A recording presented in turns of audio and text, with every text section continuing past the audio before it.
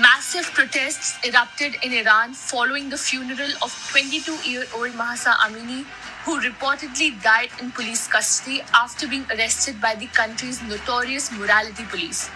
While the protesters have held the morality police responsible for the death of the young woman, the police, on the other hand, has claimed that Amini died of a heart attack.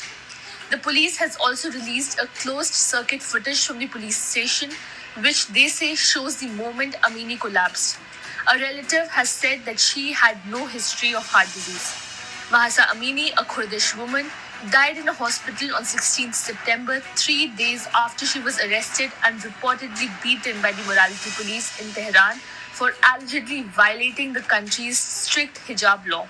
Demonstrators initially gathered outside the Kasra hospital in Tehran where Amini was being treated. Human rights groups reported that security forces deployed pepper spray against the protesters and that several others were arrested.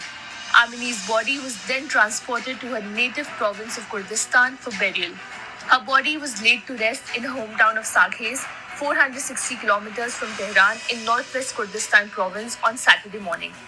Amini's death has triggered an outcry against the morality police from celebrities and prominent figures on social media. Iran's judiciary has launched an investigation into her death. Videos posted on social media showed protesters shouting anti-government slogans after gathering in Saki's hometown of Mahsa Amini. They came from nearby cities in Iran's Kurdistan province to mourn the death of the 22-year-old.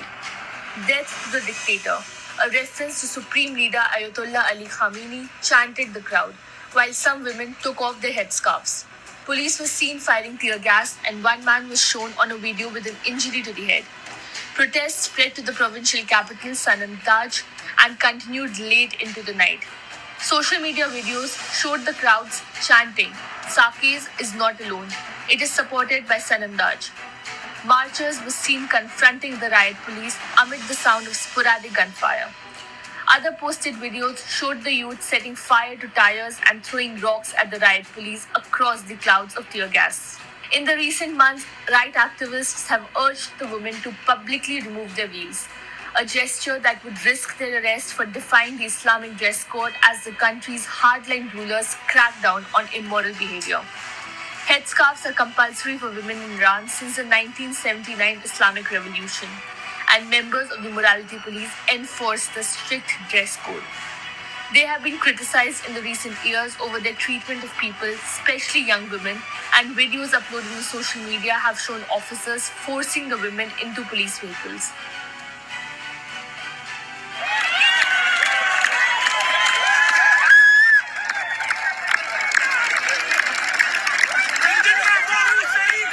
So what's happening is that this 22-year-old woman, a college-educated woman in Iran,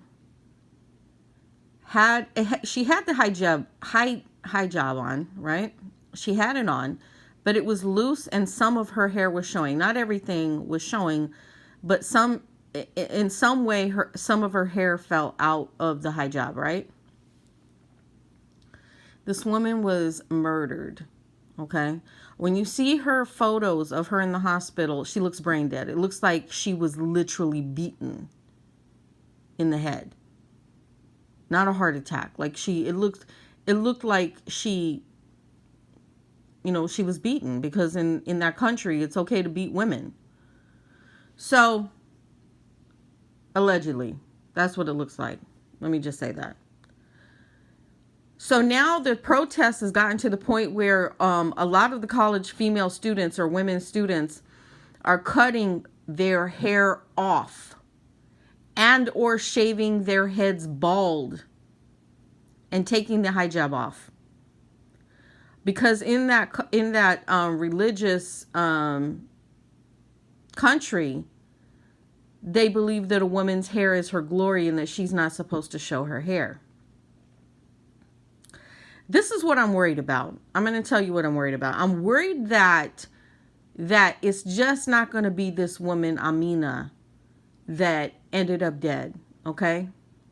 So I feel as though in order for these women to make more change and to be safe and not be harmed, I feel as though these women need to leave that country, that surrounding countries that will support these women and help these women in their journey of change, right? Because no woman wants to be murdered because somehow, some way, their hijab falls off and their hair shows. So the protest is about this woman losing her life because her hijab was loose and her hair showed a little, okay? Now, I'm not against people's religious beliefs, so don't take it as that. But no woman should lose her life because of a religious practice.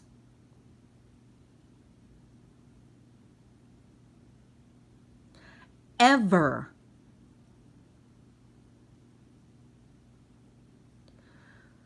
I'm hoping that people will come together, and I know that the internet's being cut off in Iran so that people can't say what's happening. The women that have been arrested can't be identified. The government is hiding and concealing these women that protested and that they've taken, that these women that have burned their hijabs, right? They have cut their hair off. Like, these women have been taken into custody, police custody in Iran, right? So I'd like to hear more about what protection are given to the women. At this point, I think that if you're a young woman and you're protesting, I feel as though you need to get out of that country in order to be safely protesting. Is anybody making a coalition to get these women out of Iran that are protesting? They need to be taken out of Iran. Because when you can no longer upload videos about what's taking place in that country, and you can't be safe about making the world aware of what is happening, that's when it's an everybody's problem. It's not just an Iranian problem. This is a whole world problem at that point.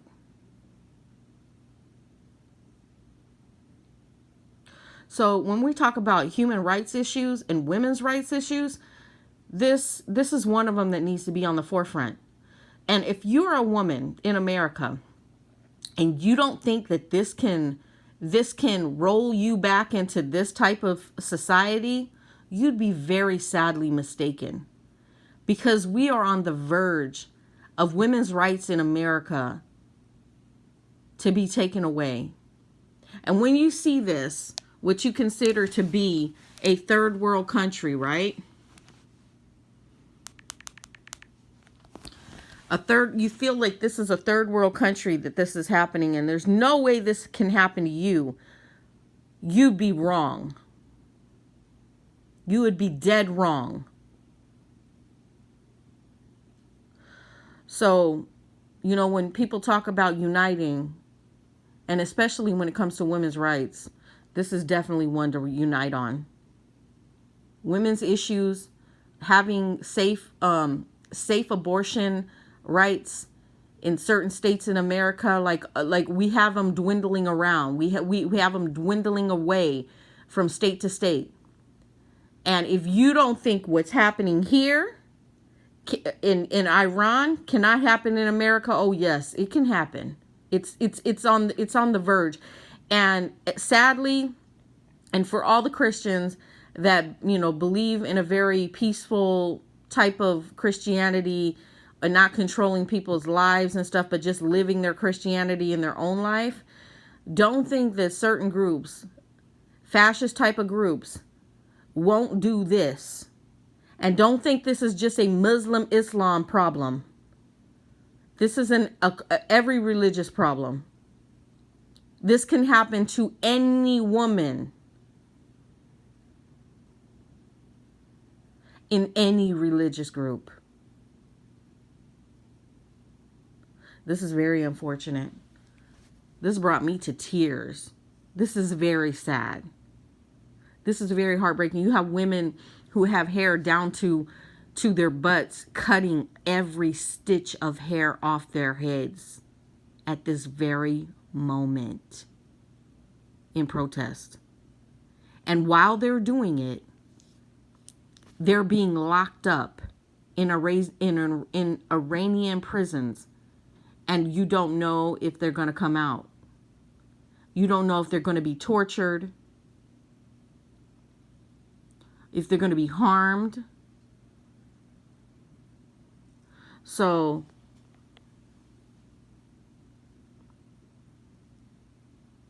like there's no words for this. This woman lost her life because a piece of material fell off or was loose and some of her hair came down and was showing.